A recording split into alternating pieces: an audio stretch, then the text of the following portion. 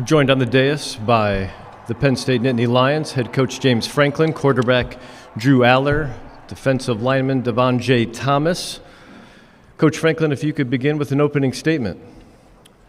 Like always, I want to thank the media, the Penn State media that came out and covered us. We appreciate it. Also want to thank the fans who came out and supported us. We truly appreciate that and don't take it for granted. First thing is you got to give Oregon and Coach Lanning credit. They did a really good job. Created some challenging situations for us on offense, defense, and special teams. But I'm proud of our guys. We played the #1 team in the country and had a chance to win the game at the end. One of the things I talked to the guys in the locker room about is this is a new college football, and especially the veterans like Dvon, you have to understand that this is new college football, and there's a 12-team playoff, and our season has just begun. And whether we'll find out tomorrow whether it's a home game in 16 inches of snow or whether it's an away game on the road, we'll be excited about whatever opportunity that comes, and we'll be prepared and we'll be ready because we have 2 losses this year. 2 top 5 teams had a chance to win both of those games, learned a ton from it. Same thing tonight. I kind of look back at the game before I really kind of study it in detail. Early on, the 4 penalties were significant. 4 penalties for 15 yards. We had another penalty for 15 yards. And you can't do that against the #1 team in the country and expect to win giving those type of yards away. Penalties are one thing, 15 yards another. I can deal with the face mask penalties. They're going to happen sometimes. When you're just playing, that's going to happen from time to time. The other things we got to get eliminated. And then the turnovers, 2 turnovers to 0. We won pretty much every major statistic besides that. But since the beginning of the time, turnover ratio is significant, maybe the most important stat in all of college football. We also won the second most important stat in all of football, which was explosive plays. But at the end of the day, we didn't do enough to beat the #1 team in the country. But I'm proud of our guys. We're going to learn from it. We're going to flush it. We're going to move forward. We're going to get better because of it. We will get better because of this. And we'll be ready to play whoever they tell us we're playing Sunday. So proud of these 2 guys. They've been awesome. Dvon's been awesome for all 11 years that I've had with him at Penn State. He's been with me the entire time. I'm proud of him.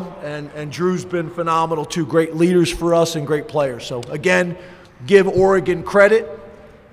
But more importantly, I'm proud of everybody in that locker room and how we competed tonight. Thanks, James. We'll open up for questions. Raise your hand and our microphones will come over. And if you could wait for the microphones, that would be great. We can start right here in the front row. How's this a smart setup? Yeah. This is for Drew. Wait. We can hang tight for just a second. We'll try to get that audio turned down next door.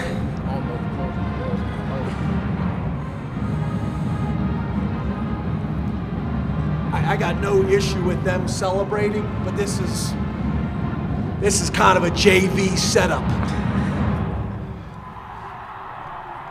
All right, let's go ahead.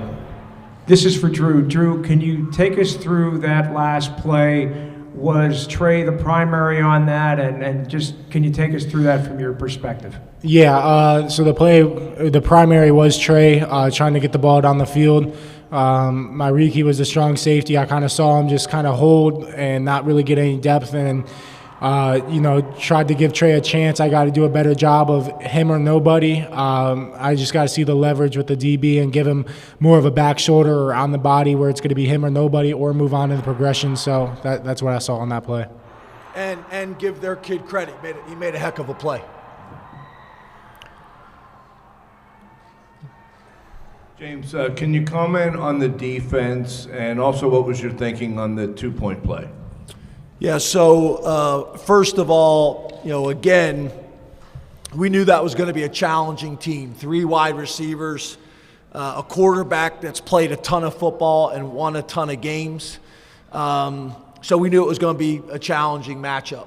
And again, I think early in the game, we didn't start out the way we're capable of starting out, and the penalties didn't help. I think we had a face mask penalty again, which those are going to happen. And then we had a personal foul, and then an unnecessary roughness. So that made it hard. But they got a challenging scheme. They got really good players. We knew going into the game 15 was going to be a problem. Tez Johnson had a ton of respect for him, and he ended up having a heck of a game. So I thought our defense, really came together there in the second half and gave us a chance with a big stop to win the game at the end. But we weren't able to get it done. The area that probably for both offense and defense, which I think was a critical point in the game, was the start of the second half.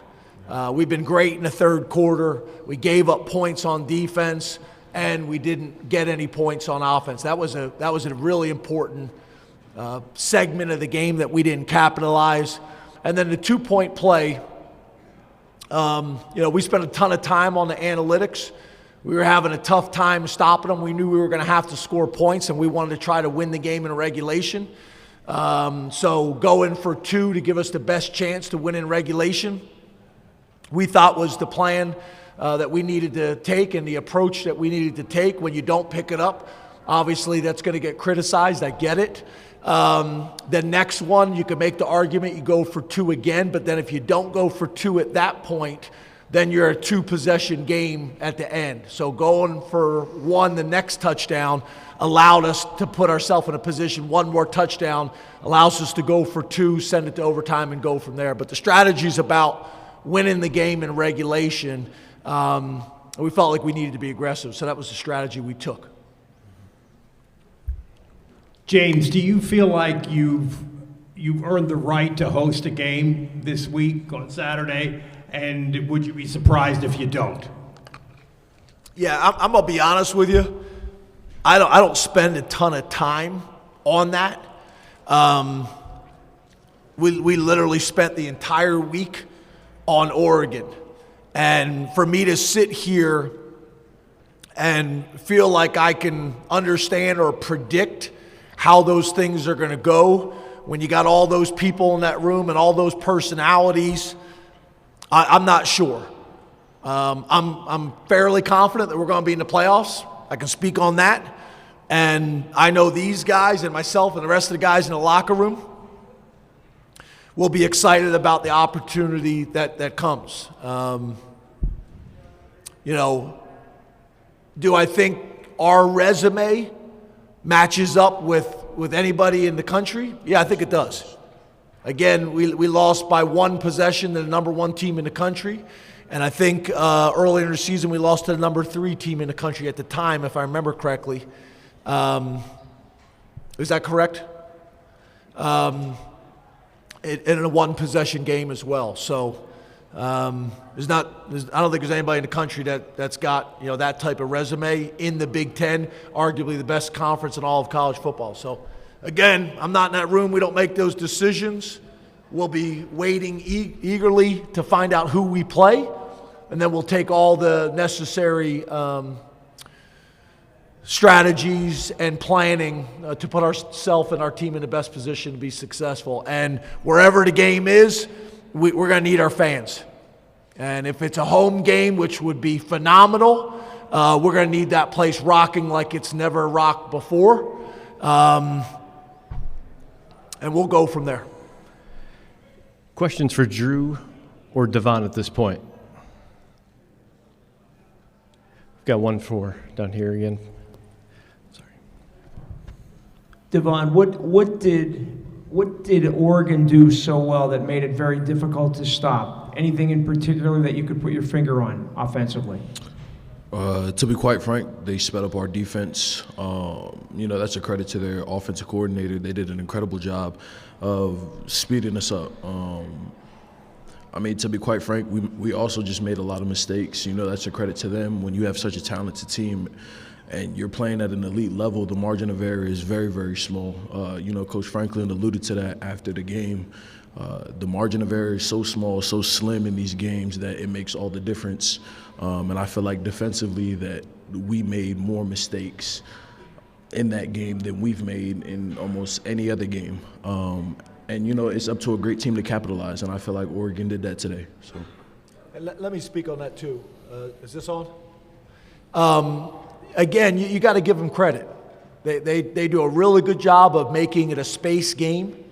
They got 3 wide receivers that are challenging. 15 is really challenging in space. They got a really good running back, and they got a quarterback that is poised and confident, distributes the ball. And then to Devon's point, they do a really good job of changing up tempo. You know, going fast at times, then slowing down, then look, see what we're in defensively, look to the sideline, check the call, and then we're trying to check the call. It was a chess game the entire time. So, again, give them credit. But some of the things that they were doing to cause stress and their athleticism also created some of the mistakes and challenges that we made. Any other questions for student athletes? So they can't ask me a question if they don't want to? Well, they could. Okay. Sure. I've got one for James, if that's okay. You mentioned the first sequence out of the first half. Did you consider going for the 4th and 5 before the missed field goal? And what was the thought process there? I'm sorry, say that one more time. You mentioned the first sequence coming out of the halftime. Did you consider going for the 4th and 5 before you missed the field goal? Yeah, if it would have been 4th and 3, everything that we discussed ahead of time, we would have went for it. We talked about that on the headset in terms of sequencing, how to call it. But when it was 4th and 5, I thought the field goal was the right approach to come out with points. Barker had been kicking really well all year long. You make that field goal, you're in a much different situation moving forward with a chance to win the game. But again, when you don't pick it up, I get it. I get the question. When you don't make the field goal, then everybody says you should have gone for it. I get it.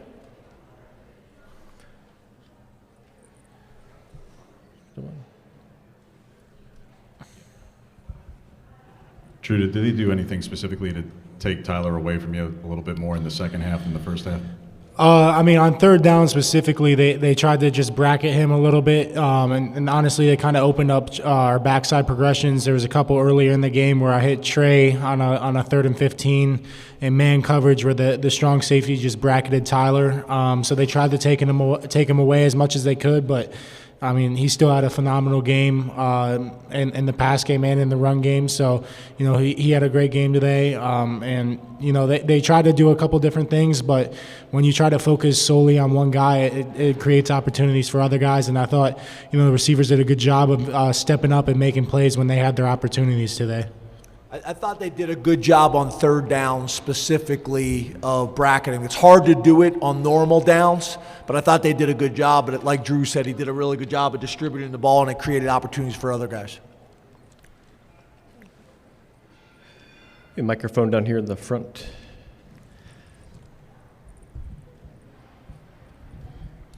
James, there were a couple different timeouts where you were speaking with the officials on the field. It looked like you were a little aggravated. I was wondering what those interactions were about and how you would assess that area of the game tonight.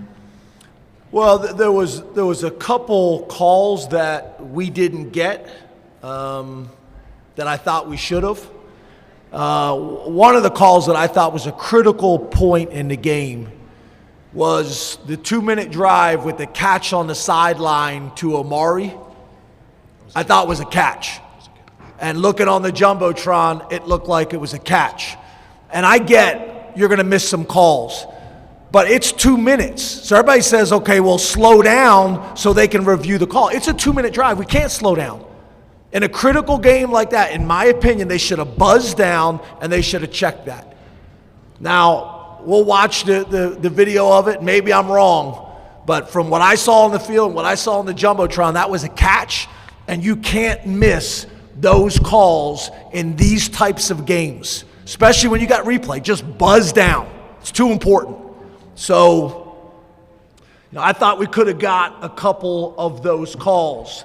There was a time late in the game where I thought they need to protect Drew, where he was hung up in a pile and kind of got slammed down late. There was another time where, you're not supposed to pull people off the pile. So, it is what it is. But, the catch on the sideline, to me, that's a critical moment in the game. And it was close enough that it should have been buzzed down and at least reviewed. So, it is what it is. We'll control the things that we can control, and then obviously that's not one of them. I was being asked do you want to challenge it? In a 2-minute drive, it's hard to do that. It's hard to stop and burn a timeout when you need those timeouts at the end of the game. To me, that should be managed by them. Down to the front row. This is for James and Drew. Why were Nick and Katron so productive today? You ran for almost 300 yards. I mean, I think it starts with the type of players they are. There's two special backs. Obviously, they're special players, but they're special teammates and humans in general. But, I think that's a credit to the offensive line as well.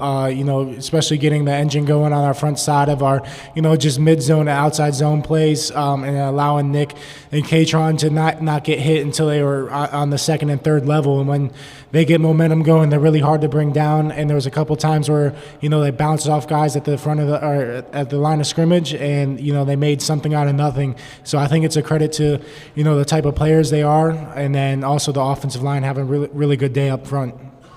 I would say, I think to your point, Oregon entered the game 22nd in the country in rush defense, giving up 112 yards per game, and we rushed for 292 yards today on them. Katron averaged 8.9 yards per carry, and Nick Singleton averaged 10.5. Both went over 100 yards. Like Drew says, it's a credit to the O-line and the tight ends, and obviously those two young men. I also think it was the balance and our ability to both run and pass throughout the game. And then you got to give Coach Troutwine and Ty Howell and Jay Wansider and obviously Coach Kotelnicki a ton of credit as well. That's a very, very well-coached team, and we found a way to manufacture yards and points. Again, we just made it harder than it needed to be in the first quarter of the game. And it's hard to do that against this type of opponent and expect to win. Did we have one more here? And we'll wrap things here. James, the 4 passing touchdowns by Gabriel are the most by any quarterback against a top 10 pass defense, and it's one of the highest efficiency numbers as well. What were they doing to keep him that efficient, and particularly in the first half in their tight ends?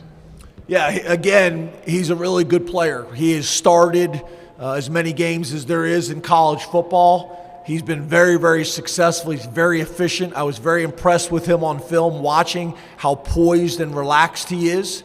He gets the ball out quick. He's decisive.